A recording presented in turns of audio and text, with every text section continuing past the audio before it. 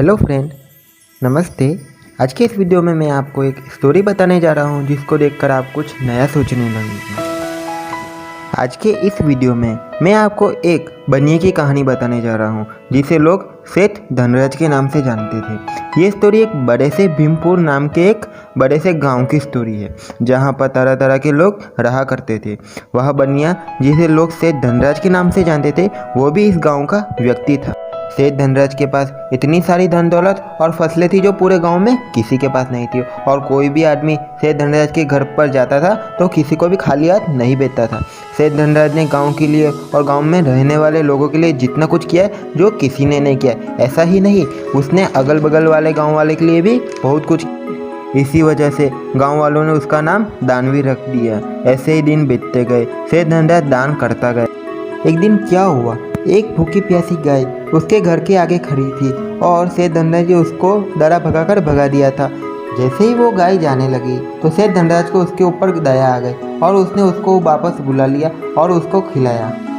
तो देखते ही देखते दिन बीतते गए और सेठ धनराज की उम्र होती जा रही थी। अब सेठ धनराज बुढ़ा हो गया था। उसने अपनी प्रॉपर्टी गरीबों में बांट दी थी और थोड़े दिनों में उसकी मृत्यु हो गई थी और यमराज आकर उससे भगवान के पास ले गए।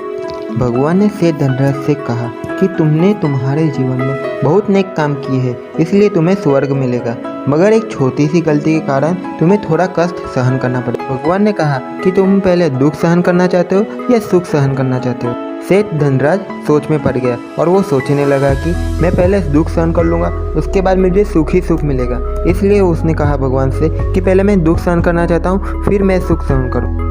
भगवान ने फिर उसे वापस पूछा कि एक बार फिर सोच लो तुम, मगर सेठ धनराज ने दुख सहन करने को ही कहा।